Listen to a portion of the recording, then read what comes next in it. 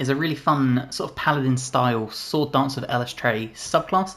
So let's go over the mod. We're going to go level by level, comment on all the items you could need. So of course we start with the sword dance of Eilistraee. There we go. And of course Darksong Knight. This will give you Eilistraee's Moonfire. Ignite your hand with Sacred Moonfire, a cold silvery flame gifted by Eilistraee. While active, your hand glows with Divine Frost, enabling you to throw Moonfire, touch a Moonfire, and extinguish Moonfire, and this is a bonus action. We also gain Lay on Hands, and you can see the Paladin Charge sort of theme coming in already. As well as Divine Sense as well, so gain advantage on attack rolls against Celestials, Fiends, and Undead for 2 turns. We get to pick a starting instrument, so we're just going to go with the hand drum. And then it comes to our ability points, and we're going to have 8 Strength, 16 Dexterity, 14 Constitution, 10 Intelligence, 10 Wisdom, and 16 Charisma. This will be your spellcasting modifier. For your proficiencies, take whatever fits your roleplay. And this brings you to level 2, where we unlock Moonlit Grace. So as long as we're using a weapon that we're proficient with, then we can turn it into a finesse weapon and it will count as magical. This means you can dump your strength and just use your dex, as you're seeing, because we are using a longsword for this. So this will now use our dex as long as we trigger this. Lunar Smite. So this is a basically Divine Smite. It will deal cold damage and radiant damage, and the radiant damage increases by 1 to 8 radiant when attacking fiends or undead. We also gain Command, Compel Duel, Cure Wounds, Wrathful Smite, Bless, Divine Favour, Heroism, Protection from Good and Evil, Searing Smite, Shield of Faith, Thunderous Smite. We gain a passive, and for this we are going to take Defense to boost our AC by 1 as long as we're wearing armour. And that brings us to level 3, where we unlock Divine Health. So the divine magic flowing within you prevents disease from affecting you. We gain War Dancer, so while not wearing heavy armour, using a shield and using a sword dance proficient melee weapon, you can War Dance 2 times per combat when hit by melee weapon attacks or ranged weapon attacks. This will reduce damage by 1d4, plus your dex modifier plus half your Darksong Knight level. Unfortunately, using a shield we won't benefit from this, but I think the shield's just better. Eilistraee's Dance, so we can trigger this to gain benefits of freedom of movement, disengage, advantage on dex saving throws, plus 2 to AC, and we can make melee weapon attack as a bonus action. Moonveil Strike. Empower yourself with the grace of the Dark Maiden. You gain advantage on your next weapon attack. It will do an additional 1 to 4 cold and radiant damage, and we do not provoke opportunity attacks. And Demon Bane. You channel the fury of Eilistraee on a fiends and undead, weakening their very essence. Magic that would normally bounce off its form now burn its flesh. All Darksong spells and attacks will ignore any resistance and immunity the target has to all damage types. Now level 4 should bring you your first feat, however on consoles this is currently bugged. Now I am going to tell you, for your feat, take your dex from 16 to 18. That's all you need to know. Now, when it comes to combat tutorial, we are going to seem less powerful than we should be. Bear that in mind, but once this is fixed, obviously take the feat. We do need a cantrip though, so we will take Vicious Mockery. And that brings us to level 5, where we unlock Extra Attack. So if you use our main action to attack, we can follow it with an extra one. As well as a bunch of spells, such as Aid, Branding Smite, Lesser Restoration, Magic Weapon, Protection from Poison, Eilistraee's Moonlight. So this is a really awesome spell. It is concentration, but you call down a beam of energy. It will deal 1d10 and 1d10 radiant and cold, and you can use an action to move it 18 meters. It is concentration though. Lunar Shift, so you can wrap yourself in silvery moonlight and vanish, reappearing in an unoccupied space up to 18 meters as a bonus action, kind of like a lesser version of Misty Step. Level 6 brings the Aura of Protection, so we can give any nearby allies a +3 bonus to saving throws. Level 7, the Aura of Truth. So you and any nearby allies within 3 meters can see through magical and non-magical darkness, which is awesome and cannot be blinded. In addition, you gain a bonus to Insight and Stealth ability checks based on your Charisma modifier. Now once again at level 8 we should get a feat, however it's still bugged on consoles, but for this take your dex from 18 to 20. Sword Dance of Eilistraee level 9 brings Warden of Vitality as a spell. We gain Blinding Smites, Crusader's Mantle, Daylight, Elemental Weapon, Remove Curse, Revivify, Beacon of Hope, to name a few.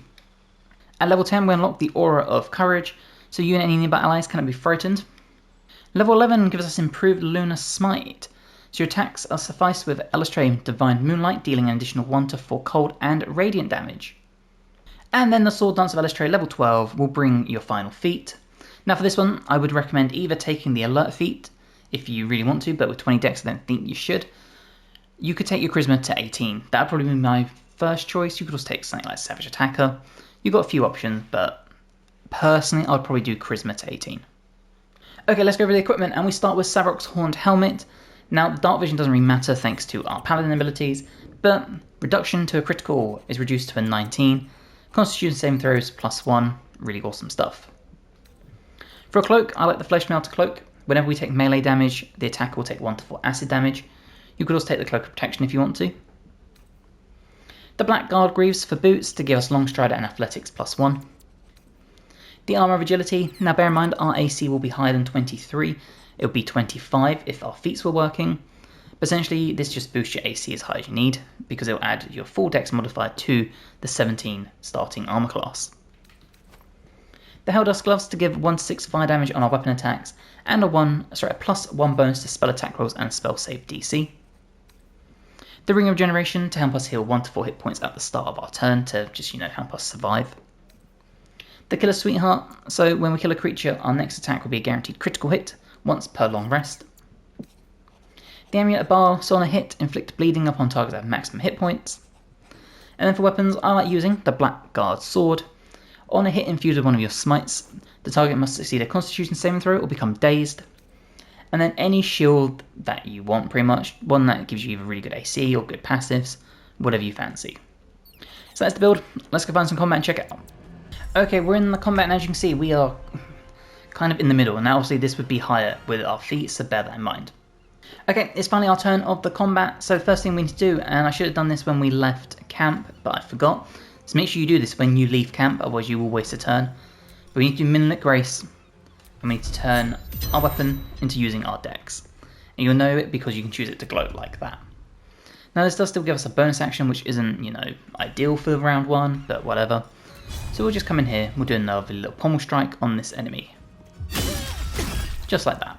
And as you can see, we can choose to infuse it with one of our smites, but we won't bother. You'll see the bleed thanks to our Amulet of Baal, and the enemy taking acid damage from hitting us. Now we're just going to move up here a little bit. I want to show off our Moonlit Beam, or whatever it's called. So, it's one of our abilities we have here somewhere. Here we go. So we can do Eilistraee Moonlight. We can do it at 2nd level because we are only a half caster. But we're going to throw it on the enemies here. We'll get both. And there you go, both taking the Radiant and the Cold damage. And it still leaves our bonus action free. We could do a Compelled Duel, for example. We could do one of our Shields of Faith. Lots of good things.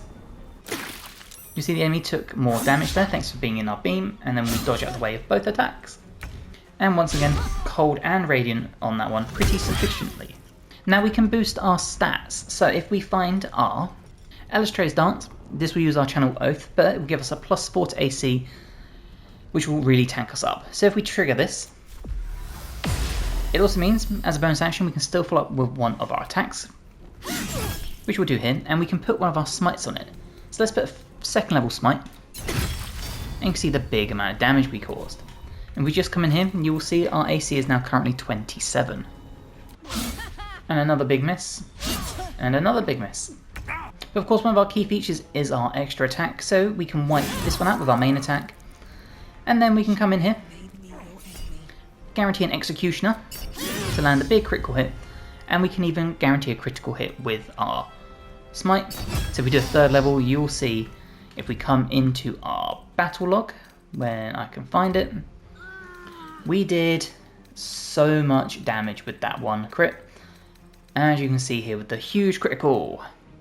And then of course as a bonus action we can Lunar Shift, and we can teleport to an area we can see. So, can we reach up here? We might be able to, can we? Yes we can, we could Lunar Shift. And there you go, we are now in a position ready to start hitting the rest of the battlefield. And again, we have more smites we can do. So we can hit a Lunar Smite, we'll do another 3rd level one. And there you go. Now unfortunately being a rogue, they're tricky little things. But you can see, you can just keep piling out the smites, causing all sorts of damage. We've caused the bleed as well. Now again, we've got some awesome stuff. So, the next thing we're going to show off is our Eilistraee Moonfire. So let's do this. This means we can now throw Moonfire, which also leaves us with our main action here, as you can see, for lots of good stuff. And let's do Moonveil Strike to set ourselves up for next turn. So you can really plop yourself up, and now we guarantee we're going to have advantage on the next hit against these two. And let's start swinging. So we know we have an advantage, so let's, when it stops lagging, thank you, we're going to do a Lunar Strike when it will let me. Lunar Strike on this one here. And there you go, and we can follow this up with another big Lunar Strike if we wanted to, because we have that extra attack. And just burn through some more spell slots. Just like that. And if we just do some very base attacks so you can see our damage output, you'll see we have enough to deal some really significant damage to the enemies. And we can even hit more smites.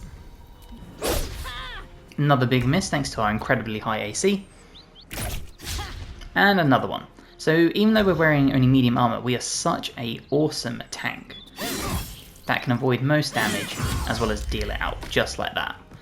More crits than usual as well thanks to Savrok's Horned Helmet.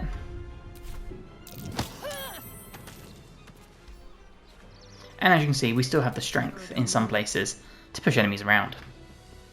So that is, as I clicked the wrong thing, the Darksong Knight for Baldur's Gate 3. This is probably my favourite of the two subclasses for the Sword Dance of Eilistraee, but try both out. One is like a Cleric Bard, one is more Paladin-y, and I do think this is the better option. Bear in mind, please wait for the mod to be fixed on console so you actually get your feats to, you know, do even more damage and stuff. This is a very nerfed version, thanks to having no feats, but you still saw just how much damage we were able to pump out. So really hope you have enjoyed this build guide. If you have, please drop this a like, it helps me tremendously. If you're ready, please subscribe to the channel for more. I've got more guides to Baldur's Gate, to Path of Exile, to Night Reign, to normal Elden Ring, to Oblivion, Dragon Age, all the amazing RPGs you could ever need. And hopefully, I'll see you in the next one. Bye guys.